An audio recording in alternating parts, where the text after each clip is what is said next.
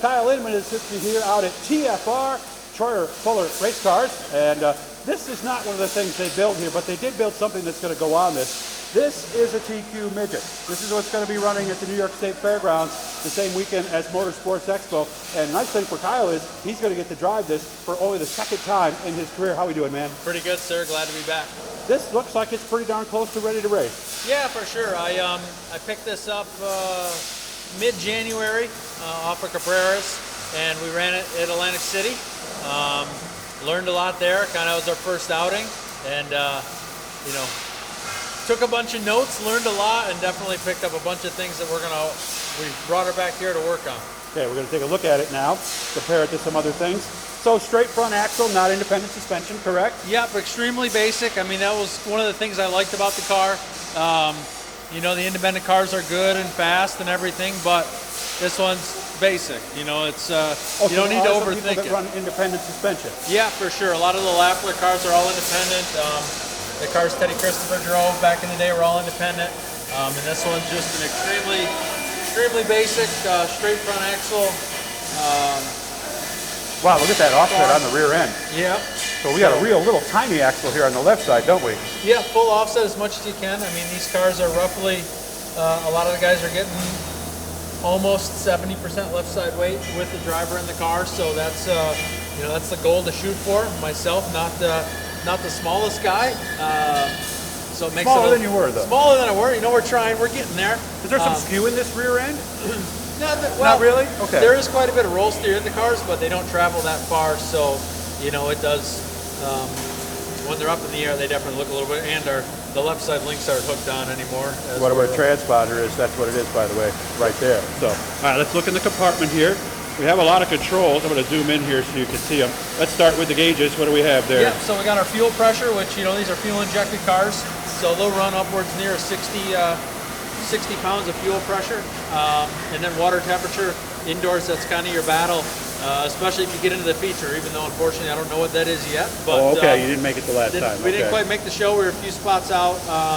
We had some damage in the last heat race there, but you know, keeping these things cool over 50 laps is definitely a struggle that some of the guys do. But you know, hopefully when Syracuse rolls around, we've made some improvements here to get her in the show and see what it's all about. All right, you see what I'm shooting here?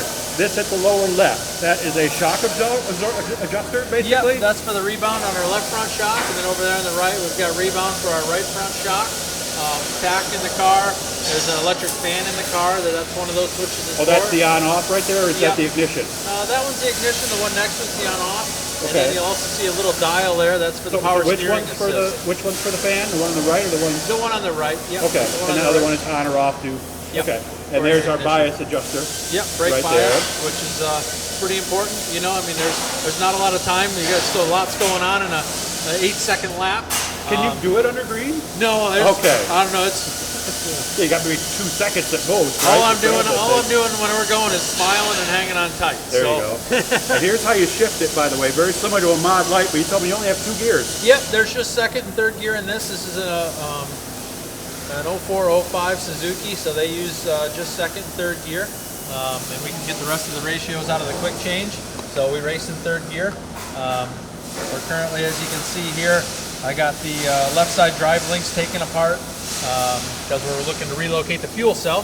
So that's one of our mocked up fuel cell, and this is kind of why it's here at the shop. We're moving the drive link location, and we did make a new fuel cell for it. Because normally they're back here, aren't they? Yeah, so previously the rules didn't allow it to be mounted to the left, but I think it was, not entirely sure, but 3 or 4 years ago they allowed the fuel cells to be mounted to the left side of the car. So everybody's really transitioned over to that. Well, especially on an indoor situation, like with the karts, you have more left side weight than you do any place else you race it, right? Because it's more likely to roll over, right? Absolutely. The grip is extremely high most of the time. This year's been a little bit different indoors, that the grip has been coming and going, which is kind of a neat factor of it, which is kind of fun as a dirt racer. You know, it's what we deal with all the time, right? where it's changing. But, you know, for myself, again, with making weight and trying to get the minimum weights, I need all the help I can get here. So we took our fuel cell. I mean, it holds 2 gallons of fuel, two and some change. So I mean, that alone's about 12 to 14 pounds. That now I've got over to the left-hand side instead of behind me. So what's the engine? The engine's 0405 Suzuki 750. How much horsepower? Making about 155, 160 on the dyno. Niagara Power Sports did this. This car is 850 pounds, so still the power to weight ratio is pretty intense for what it is. Yeah, all right. So this is coming up, like we said, same weekend as the Expo in Syracuse. Yep. The second weekend, I believe it's the 11th and 12th. Yes. Does that sound right? That sounds about right. And they're racing both nights, Friday and Saturday, in the new Expo Center. There's the fuel cell that they made. Yep. And man, I'll tell you, there was a lot of work going into this, huh? Yeah, for sure. So here at TFR, I mean, that's why I was here. We machined some of the bungs, we mocked it up. You know, we're able to cut it out on the laser, and you know, we can do all sorts of things like this. So if you got any projects that something specific, right? You know, you need done like that for some customization. You know, we've got some of the best welders in the country here doing the welding. You know, Ross took care of this for me, and he does a great job. It's airtight, and you know, we're gonna see how she works, get her on the scales, and hopefully, as there you see a little bit of the remnants of Atlantic City. We broke a spindle off, okay. We still got a little work to do. Little work to do. We're gonna go pick up. Got some new parts back at home, so we're just trying to get some of the fab stuff done here at the shop.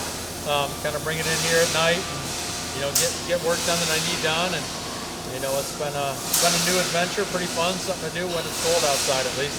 All right, so if you guys are ready to hit the racetrack, and maybe Daytona didn't quite cut it for you, you might want to come and check out the indoor races inside the new Exposition Center at the New York State Fairgrounds. Again, coming up second weekend, same time as Motor City Expo. So go to the Expo during the day, go to the races at night, and you'll have yourself a great weekend. Yep, absolutely. Kyle, thanks for having us out, man. I had a ball today. Absolutely, thank you, appreciate it.